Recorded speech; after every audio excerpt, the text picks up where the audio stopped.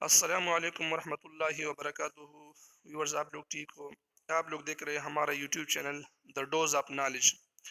The dose of knowledge में आप लोग का जो टॉपिक है class 9 chemistry chapter number first fundamental of chemistry से है रिलेटिव एटॉमिक मास। बहुत ज़्यादा इंपॉर्टेंट टॉपिक है रिलेटिव एटॉमिक मास। इससे पहले जो हम एटॉमिक मास उसकी डेफिनेशन इस तरह करते थे the sum of proton and neutrons in an atom is called atomic mass. Means atom के न्यूक्लियस के अंदर जो प्रोटॉन है और न्यूट्रॉन है उनकी तादाद को जब हम आपस में जमा करते हैं तो हमारे साथ जो वैल्यू आ जाती है रिजल्ट में, तो उसे कहते हैं एटॉमिक मास। उससे हम इस तरह डिफाइन करते थे। लेकिन ये जो रिलेटिव एटॉमिक मास है ये उनसे डिफरेंट है, बिल्कुल डिफरेंट है। रिलेटिव का जो वर्ड्स है मींस रिलेटिव कंपैरिजन को कहते हैं। इसमें हम कंपैरिजन करेंगे, हम एक एटम लेंगे, उसको किसी स्टैंडर्ड के साथ जो है ना उसको क्या करेंगे, उसको कंपेयर करेंगे और उसके मुताबिक हम मास मालूम करेंगे, कैलकुलेट कर लेंगे। ठीक है। फॉर एग्जांपल रिलेटिव एटॉमिक मास को समझने से पहले मैं आपको एक कॉमन एग्जांपल दे देता हूँ। फॉर एग्जांपल हम जाते हैं किसी शॉप में और वह शॉपकीपर से कहते कि मुझे 1 किलोग्राम शुगर दे दे। वो क्या करता है, वो बैलेंस के एक साइड पर 1 किलोग्राम शुगर डालता है और दूसरे साइड पर वो स्टैंडर्ड जो है ना लोहे से बना हुआ एक पत्थर वो रख देता है। फिर जब दोनों बिल्कुल आपस में बैलेंस हो जाए तो हमें उससे पता चलेगा कि ये मेरे साथ 1 किलोग्राम शुगर आ गया है, बराबर हो गया है, क्योंकि ये इसके साथ क्या हो गया, कंपेयर हो गया है। फिर हम उसको लेके आते हैं। इसी तरह हम एटम का जो मास मालूम करते हैं तो उसकी कंपैरिजन भी हम किसी दूसरे स्टैंड के साथ करेंगे। डेफिनेशन की तरफ आ जाते हैं। Relative atomic mass, the mass of an atom of an element compared to the 1/12 of carbon 12 atom is called relative atomic mass. Means relative atomic mass इस तरह होता है, इस तरह मालूम की जाती है कि जब हम किसी एटम का मास मालूम करते हैं उसको हम क्या करते हैं, कार्बन के 12 हिस्से हैं, उसकी एक हिस्से के साथ उसकी कंपैरिजन हम करेंगे और रिजल्ट में हमारे पास जो मास आ जाती है उसे कहते हैं रिलेटिव एटॉमिक मास। कार्बन 12 पहले जो ना, ये हमारे पास कार्बन 12 जो ना इज स्टैंडर्ड है यहाँ पर। इसके साथ हम दूसरे एलिमेंट जिसका, दूसरे एटम जिसका हम मास मालूम करते हैं उसी कंपैरिजन हम करते हैं कार्बन 12 के साथ। इससे पहले जो स्टैंडर्ड लिया था वो था हमारे पास हाइड्रोजन। हाइड्रोजन का मास था हमारे पास 1.008 ग्राम। ये मेरे पास स्टैंडर्ड था और इन बाकी जिस एटम का मास मालूम किया जाता था उसकी कंपैरिजन हाइड्रोजन के साथ करता था। लेकिन फिर इसमें कुछ ड्रॉबैक्स आ गए और इसको ख़त्म करके इसकी जगह कार्बन 12 सेलेक्ट किया गया। क्यों ये ख़त्म कर दिया? क्योंकि ये हाइड्रोजन जो है ना हमारे पास ये गैस स्टेट में था। तो फिर जब इसके साथ जब कंपैरिजन करता था तो इसमें से प्रॉब्लम्स पेश आ रही थी। इस वजह से हाइड्रोजन को खत्म करके इसकी जगह carbon 12 is a standard select कर दिया। कार्बन के हमारे पास 3 आइसोटोप है। एक होता है कार्बन 12, दूसरा होता है कार्बन 13 और तीसरा होता है कार्बन 14। तो कार्बन 12 को सेलेक्ट कर दिया है is a standard. Why carbon 12 is selected is a standard? क्यों कार्बन 12 सेलेक्ट कर दिया? वजह ये है, इसके दो रीजन है। एक तो ये है कि carbon 12 is the most stable isotope of carbon, और सेकंड जो है ना इसकी परसेंटेज अवेलेबिलिटी हमारे पास ज़्यादा है। 98% जो आइसोटोप हमारे पास अवेलेबल है वो हमारे पास है कार्बन 12। इस वजह से कार्बन 12 को इज अ स्टैंडर्ड उसने मुंतखब कर दिया। और जिस एटम का वो मास मालूम करेंगे तो उसकी कंपैरिजन हम कार्बन 12 के साथ करेंगे। ये मेरे साथ है इसकी डिफिनीशन। फॉर एग्जांपल अभी हम सपोज करते हैं कि किस तरह हम इसकी कंपैरिजन करते हैं। लेट सपोज मेरे साथ है ये कार्बन 12, मैं इसके 12 पार्ट बना देता हूँ।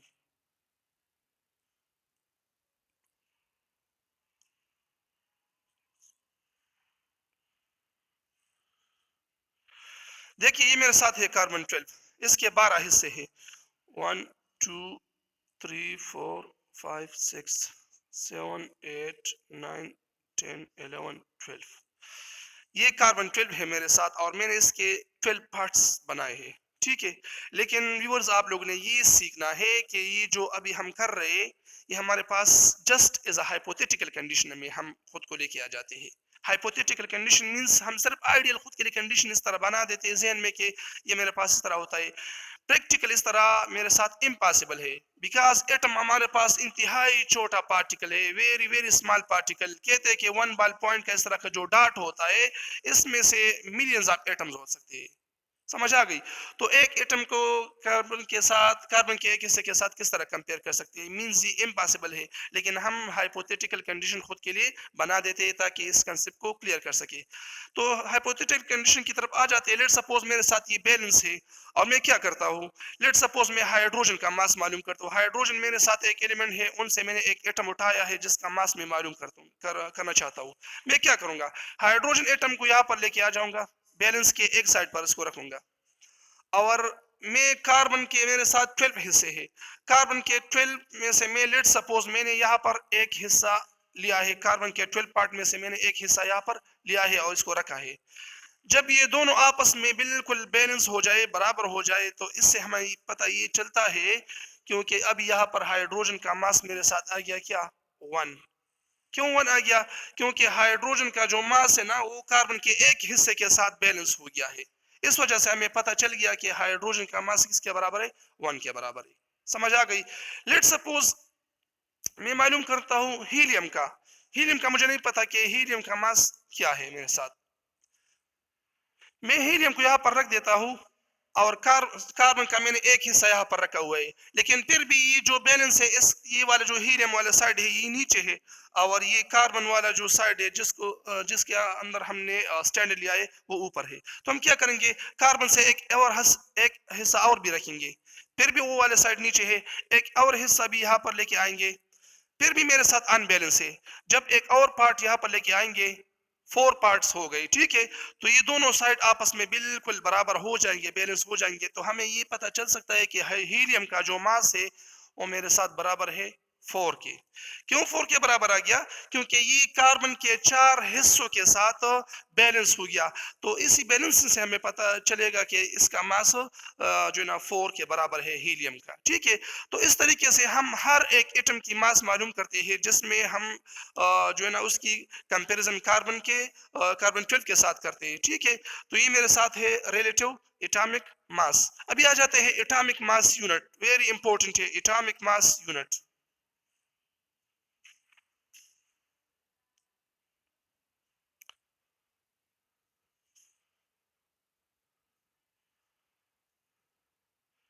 एटॉमिक मास यूनिट जिसे हम शॉर्टकट कहते हैं AMU। What is atomic mass unit? It is the one over 12 part of carbon 12 is called atomic mass unit. Definition किस तरह है, it is the one over 12 part of carbon 12 is called atomic mass unit. Let's suppose मेरे साथ carbon 12 है ये, और carbon के ये 12 हिस्से 1 2 3 4 5 6 7 8 9 10 11 12। मैं क्या करता हूँ, कार्बन के जो 12 हिस्से हैं इनमें से मैं एक हिस्सा सेलेक्ट करता हूँ। लेट सपोज ये हिस्सा मैं क्या करता हूँ, इसको मैं शेड कर देता हूँ।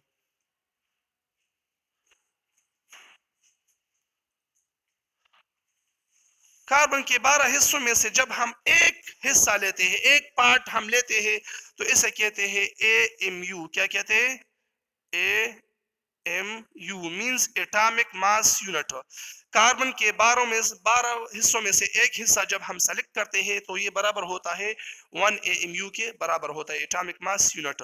और 1 AMU जो है ना वो मेरे साथ बराबर होता है 1.66 multiply 10 raise to power -24 grams. बहुत ज्यादा छोटा यूनिट है, बहुत ज्यादा छोटा, -24 ग्राम्स। अगर हम ग्राम में इसको कन्वर्ट करें 1 AMU तो मेरे साथ ये इसके बराबर आ जाती है, ठीक है। तो ये मेरे साथ था AMU और ये मेरे पास रिलेटिव एटॉमिक मास था। और उम्मीद है आप लोगों को समझ आई होगी। अगर फिर भी कोई मसला है, आप लोगों को समझ नहीं आए, तो आप कमेंट सेक्शन में बता सकते हो। Thank you and waiting for next video.